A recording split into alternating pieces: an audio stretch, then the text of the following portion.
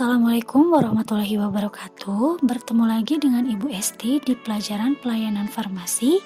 Pada kesempatan kali ini, Ibu akan membahas mengenai materi pelayanan kefarmasian di apotek. Untuk itu, tolong untuk kalian simak dan tonton videonya sampai selesai ya. Kita langsung saja masuk ke materinya ya. Jadi, pelayanan kefarmasian adalah suatu pelayanan langsung dan bertanggung jawab pada pasien yang berkaitan dengan sediaan farmasi dengan maksud mencapai hasil yang pasti untuk meningkatkan mutu kehidupan pasien. Adapun undang-undang yang mengatur pelayanan kefarmasian di apotek adalah Permenkes nomor 73 tahun 2016 tentang standar pelayanan kefarmasian di apotek.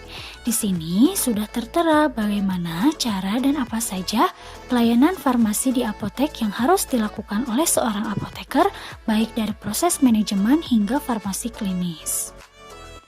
Pelayanan kefarmasian di apotek dibagi menjadi dua bagian, yaitu pengelolaan sediaan farmasi, alat kesehatan, dan BMHP atau bahan medis habis pakai.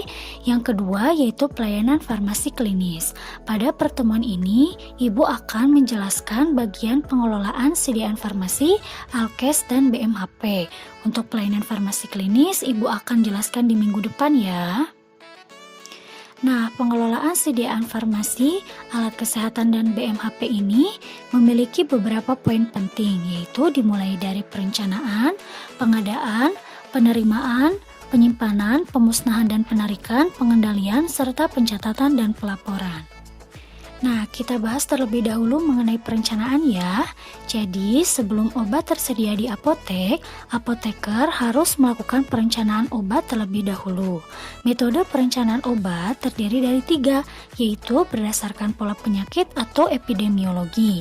Metode ini didasarkan kasus temuan penyakit terbanyak atau sedang timbul di kalangan masyarakat.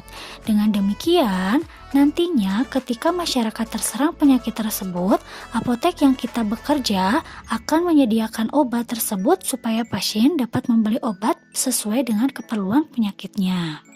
Kemudian berdasarkan pola konsumsi, metode ini didasarkan banyaknya kebutuhan obat tertentu di masyarakat. Misal, masyarakat sering menggunakan obat parastamol, maka apoteker tersebut akan menyediakan atau merencanakan obat parastamol yang lebih banyak. Kemudian berdasarkan budaya dan kemampuan masyarakat. Metode ini didasarkan pada tingkat ekonomi masyarakat, jadi kita harus melihat ekonomi masyarakat yang ada di sekitar apotek kita bekerja.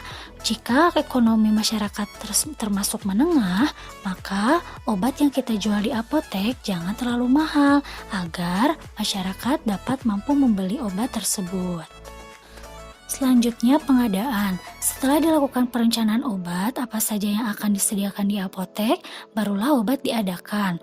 Pengadaan obat ini harus melalui jalur resmi sesuai ketentuan perundang-undangan.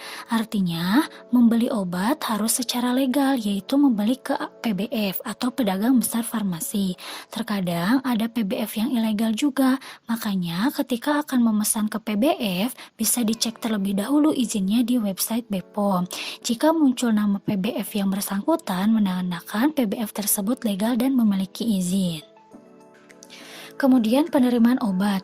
Obat yang akan diadakan melalui pedagang besar farmasi dengan cara menulis surat pesanan sesuai dengan kebutuhan obat, maka obat akan dikirim ke apotek. Apoteker atau TTK menerima obat dengan faktur yang dicocokkan dengan surat pesanan yang kita tulis. Jika ada obat yang tidak sesuai atau tidak dipesan tetapi obat tersebut dikirim ke apotek, maka bisa dilakukan pengajuan retur.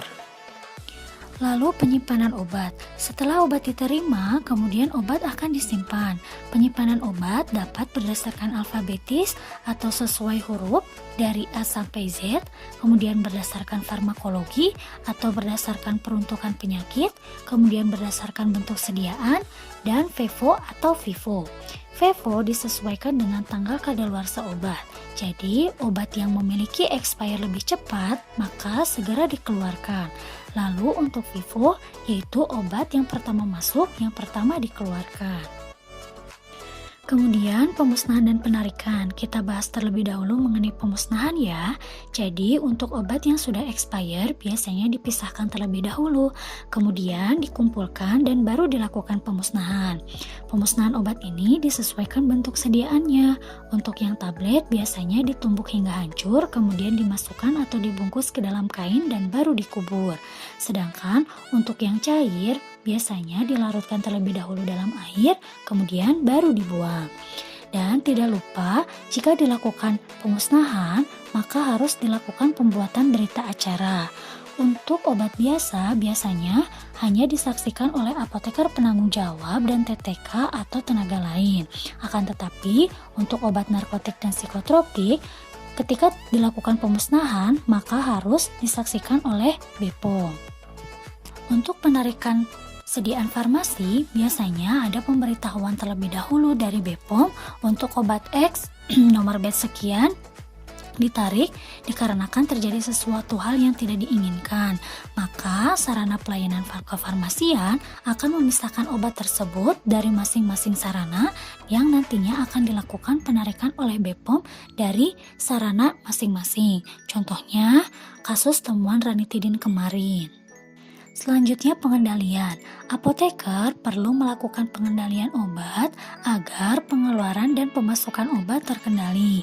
Hal ini dilakukan untuk menghindari terjadinya kelebihan, kekurangan, kekosongan, kerusakan kadaluarsa, kehilangan serta pengembalian pesanan atau sediaan farmasi. Kemudian pencatatan. Pencatatan ini dilakukan untuk arsip atau administrasi apotek. Kemudian ada pelaporan. Nah, pelaporan ini terdiri dari dua, yaitu ada pelaporan eksternal yang berhubungan dengan luar instansi atau sarana pelayanan kefarmasian itu sendiri, contohnya yaitu pelaporan narkotik dan psikotropik.